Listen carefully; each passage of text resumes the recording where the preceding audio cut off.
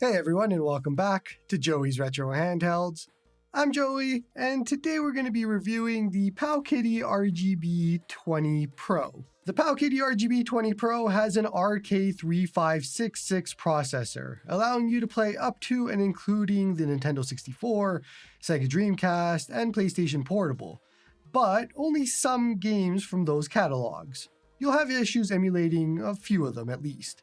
So it's not the entire catalogs of those systems that'll be playable, and you'd mostly buy this for every system under. The price is $85 US shipped worldwide with my code Joey from GoGameGeek's website, and that's in the description. The main highlight of the Powkiddy RGB20 Pro is the 3.2-inch 1024 by 768 IPS display. It's still a 4x3 screen and high definition, but it's a bit on the smaller side. It's a very nice screen though. I'm a big fan, and would have loved to see this in smaller sized handhelds. There is both Wi-Fi and Bluetooth on the RGB20 Pro, which makes scraping artwork, retro achievements, and connecting Bluetooth controllers for remote play pretty great. There's also a mini HDMI port, so you can turn this into a stationary console connected to your TV if you want. I think what was surprising to me is just how comfortable this device is, which you wouldn't expect from something that looks like a TV remote. But the plastic is rubbery feeling, and it's actually quite nice.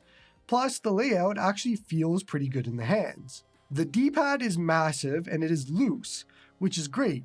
But for some reason I found myself occasionally missing inputs, and I wasn't sure why. Sometimes I would push a direction, especially in the ArcOS menus, and it just wouldn't go and I would have to push it again. But overall, I like the D-pad. The buttons are nice and soft and they actually feel pretty good.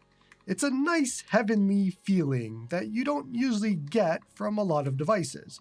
And they're actually pretty soundless as well, with no loud clicks or anything like that.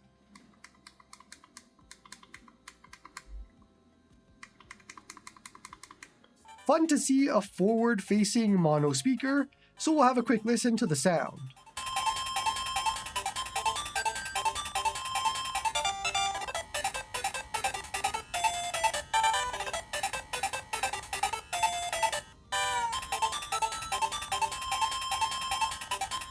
To me, that is more than serviceable for this price range. It's nothing crazy, but at least it's forward-facing. That is half the battle already.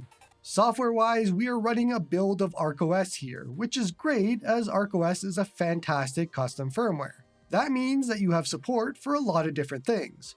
Artwork scraping, Bluetooth controllers, collections, themes, and a whole bunch more.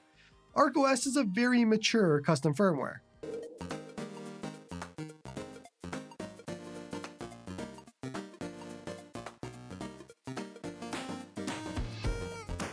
Performance-wise, like I mentioned before, you can do everything up to and including some Nintendo 64, Dreamcast, and PSP. However, with the smaller screen, PSP is a bit tougher when it comes to text-heavy games. Let's take a quick look at NES, and it's just super crisp on this display, like you're going to see on pretty much all of the 4x3 content that we look at today. NES, like Super Nintendo, is a good way to show off the crispy pixels, and everything that this display has.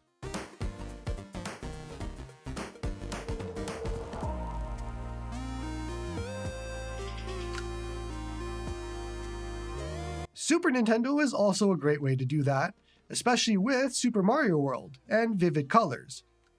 It looks great here, and SNES plays great. I would probably buy this solely to play Super Nintendo and NES and Genesis and all of the older retro 4x3 systems.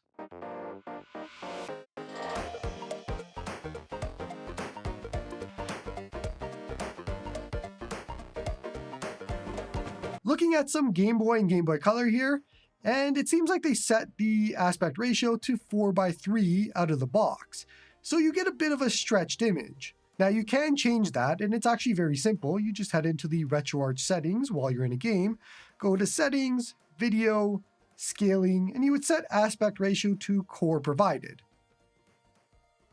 Head back to the quick menu, and then Overrides, and save Core Overrides to have that apply to every Game Boy game.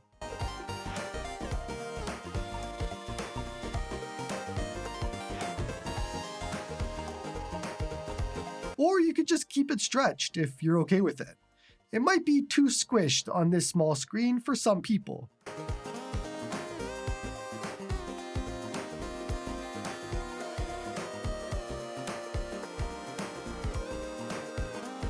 Game Boy Advance has the same issue. It is stretched to 4x3, so follow the same steps to change it. For Game Boy Advance, it wasn't stretching that much, but I prefer the native aspect ratios, so I just decided to change it. Game Boy Advance looks really good on this screen as well.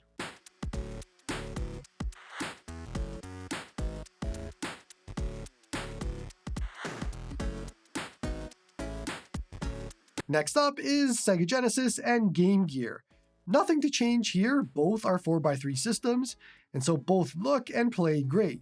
Nintendo DS is definitely a system that you can play on here. Certain games will have some stutters and some issues, but for the most part you could have a good time. And if you don't mind swapping between screens when you need to. The right stick also acts as a stylus mover, so you can just use that too if you need to.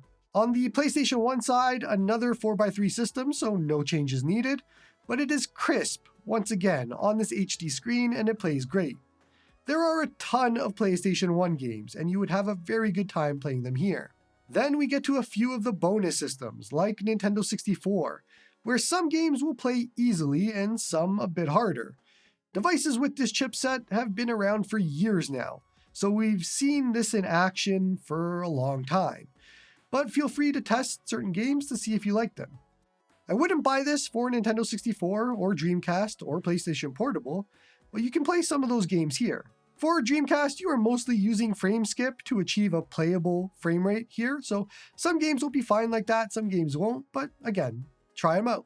Overall, this is a very weird but comfortable device. It has a surprisingly really nice screen, very large D-pad, some nice buttons, and it's actually pretty comfortable to hold, so it's pretty surprising to see this. I think my biggest takeaway from this is I would love to see this screen in a lot of smaller devices, which I'm gonna guess we're going to, but this is a nice screen, and the entire handheld surprised me. The price point might be a bit higher than most people want to pay for a device with this sort of power, and I find the actual look of it is probably a bit niche for a lot of people, but if this is what you're looking for, then yeah, it's a good device. So grab it if you want to, and check out the link in my description to buy one. That's going to be it for this one. Don't forget to like and sub to help the channel grow. Come join me on the Discord to talk all about retro handhelds. Support me on Patreon if you like my stuff. And hope you all have a good one.